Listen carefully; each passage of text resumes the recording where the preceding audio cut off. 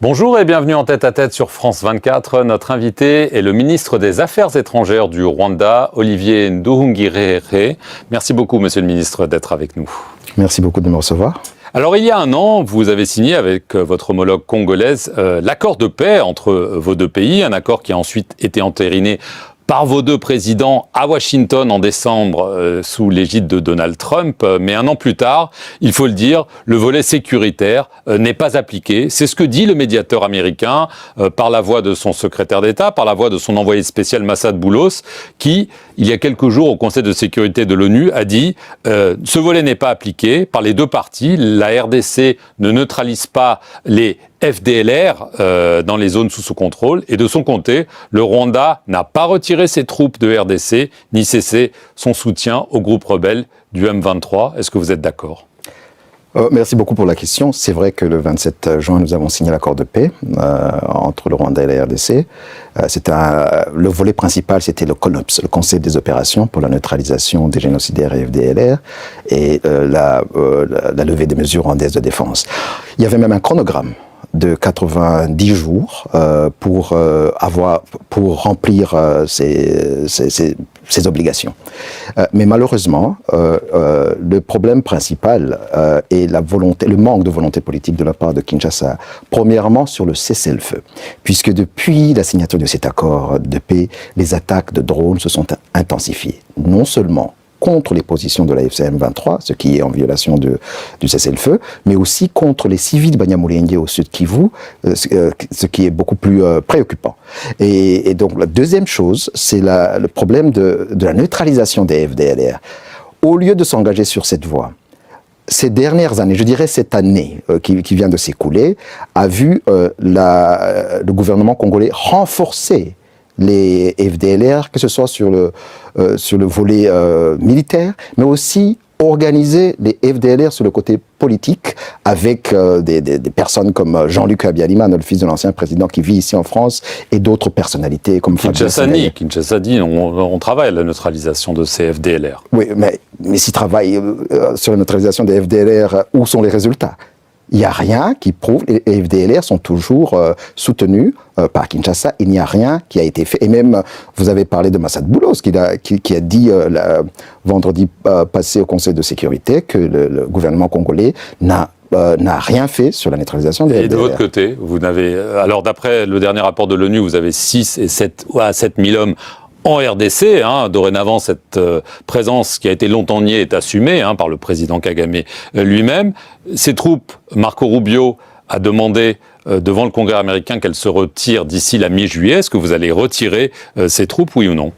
Premièrement, les États-Unis n'ont donné aucun ultimatum au gouvernement rwandais. Marco Rubio a demandé, il a dit « j'espère que ce sera mi-juillet ». Non, c'est nous, le Rwanda, qui avons fait des propositions concrètes pour accélérer la mise en œuvre du Conseil des opérations avec même un chronogramme. C'est nous qui avons fait cette proposition, mais bien sûr, c'est le CONOPS. Le CONOPS, c'est un accord entre deux parties sur des questions sécuritaires qui intéressent les deux parties. Donc au Rwanda, de lever ces mesures de défense, et à la RDC de neutraliser les FDLR. Mais jusqu'à présent, rien, absolument rien, n'a été fait pour neutraliser les FDLR. Donc les troupes rwandaises ne vont pas se retirer. Non, mais la question est une vision globale. Mais c'est le problème depuis le début, c'est-à-dire que l'un dit c'est l'autre dit c'est l'un, et on s'en sort pas. Non, l'accord de paix, c'est pas un accord fait pour le Rwanda. C'est un accord pour arriver à la paix dans la région avec des obligations des parties. Et donc, vous avez parlé de Marco Rubio. Le 5 juin, au Congrès américain, il a dit que le Rwanda est en train de mettre en œuvre ses obligations. Mais il n'a rien dit sur l'autre côté, sur l'autre partie qui est la RDC, qui n'a jamais... Il n'y a pas le moindre commencement d'application de ces obligations. Et Marco Rubio a enfoncé le clou le vendredi en disant que le gouvernement congolais n'a pas appliqué l'accord, enfin, n'a pas neutralisé les FDL. Donc c'est un problème. Alors, il y a quand même, au-delà des paroles, il y a les actes. Les Américains ont pris une série de sanctions seulement contre le Rwanda. Il y a eu des mesures importantes contre l'armée des commandants très haut placés au mois de mars. Il y a quelques jours contre la seule raffinerie d'or du Rwanda parce que, selon le Trésor américain, les militaires rwandais avec le M23 ont acheminé 60 kilos d'or depuis le début 2026. Il n'y a des sanctions que contre le Rwanda. Donc les Américains disent Il y a un accord entre deux parties, mais il y a un seul fautif, c'est le Rwanda, c'est pour ça qu'on les sanctionne. D'où la contradiction. C'est pas une contradiction, c'est une contradiction flagrante. Tout d'abord, nous sommes déçus par la partialité de plus en plus criante du médiateur américain. Ce n'est plus un médiateur neutre. En tout cas, il y a des problèmes de partialité. Ça veut dire qu'ils ne sont plus neutres. Ça se voit sur le terrain. Donc, lorsque Marco Rubio dit que le Rwanda est en train de mettre en œuvre ses obligations... À cause des sanctions. En restant silencieux. C'est pas à cause des sanctions. C'est ce qu'il dit. Non, c'est pas à cause des sanctions. C'est à cause des engagements que nous nous sommes fixés comme pays. Et que Marco Rubio aussi dit que la RDC ne met pas en œuvre ses recommandations. Alors pourquoi y a-t-il des sanctions contre seulement l'une des parties? Alors pourquoi? C'est les problèmes de partialité. Pourquoi? Il y a d'autres raisons, en tout cas, qui ne sont pas des raisons de paix dans la région. Quelles sont ces raisons? Le président Kagame a dit que ces sanctions, il en parlait au mois de mars quand c'était contre l'armée, ce qui est quand même très symbolique, avait dit que ce sont des insultes contre le Rwanda. Est-ce que ce sont des insultes? Il avait raison, bien sûr. Mais elle continue, puisque là, il y a quelques jours... Exactement, d'où la partialité que nous dénonçons de cette médiation. Est-ce que vous pensez, le président Kagame a laissé entendre que les décisions américaines de sanctions étaient dues à des raisons qu'il ne voulait pas commenter? Beaucoup de gens ont compris ça, parce que il y a peut-être des intérêts économiques en train d'être négociés entre l'administration Trump et Kinshasa. C'est ça, votre lecture de la situation? C'est une question à demander au médiateur américain. Non, mais vous avez des informations. Nous, on ne fait que constater. Qu'est-ce que vous constatez? Ce qui se passe, c'est qu'il y a une partie, la RDC, qui fait fi des accords qui ont été signés, qui intensifie ces attaques de drones en violation du cessez-le-feu, qui intensifie l'organisation militaire et politique des FDLR, mais qui n'est jamais sanctionnée par le médiateur américain. Est-ce que c'est à cause de deals miniers? Je ne sais pas, mais en tout cas, c'est vous devez le penser. Vous devez le penser. Ah, ben, tout ce que je pense... vous pouvez le dire. Je ne le dis pas nécessairement. Est-ce que, si jamais ça continue, est-ce qu'il y a d'autres sanctions? Par exemple, imaginons une sanction contre le président. Est-ce que ce sera un casus belli pour le Rwanda qui dirait aux Américains, écoutez, on ne peut plus continuer comme ça? Est-ce que l'accord de paix qui a été signé, c'est son objectif est-il des sanctions? Puisqu'on parle de sanctions comme si c'est l'alpha et l'oméga de cette médiation.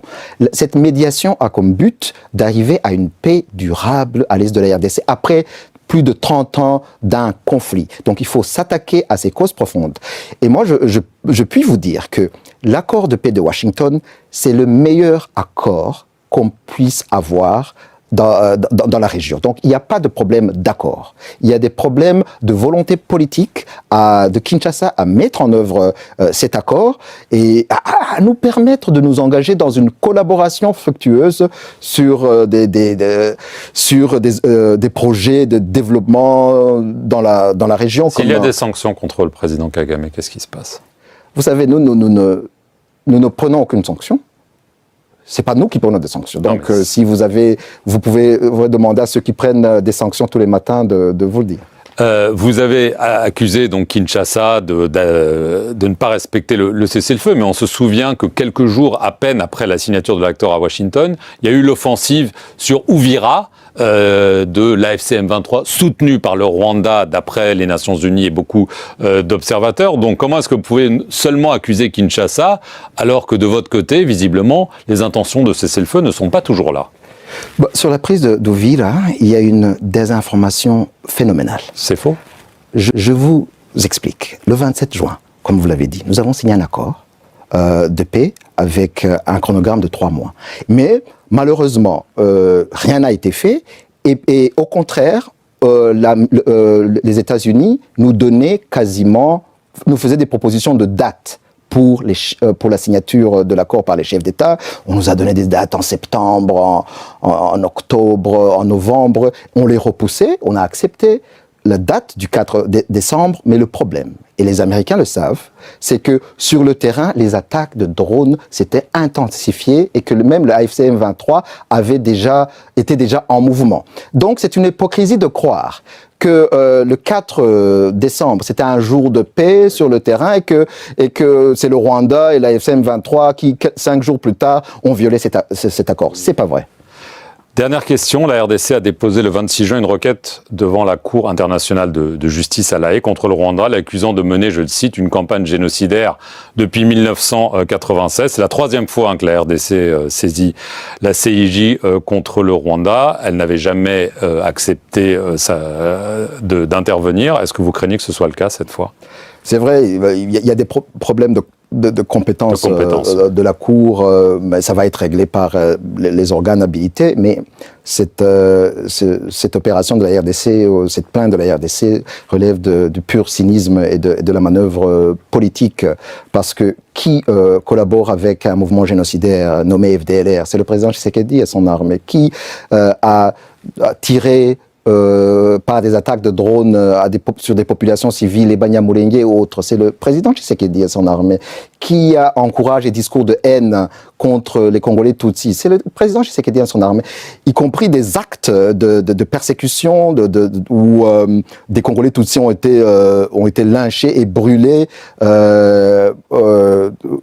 quasiment le jour où tout le monde pouvait le voir. Donc, il y a quand même du cynisme à vouloir accuser autres de génocide, alors que c'est le gouvernement congolais, à travers ses milices, les Wazalendo, ses mercenaires, ces accusations graves que vous faites.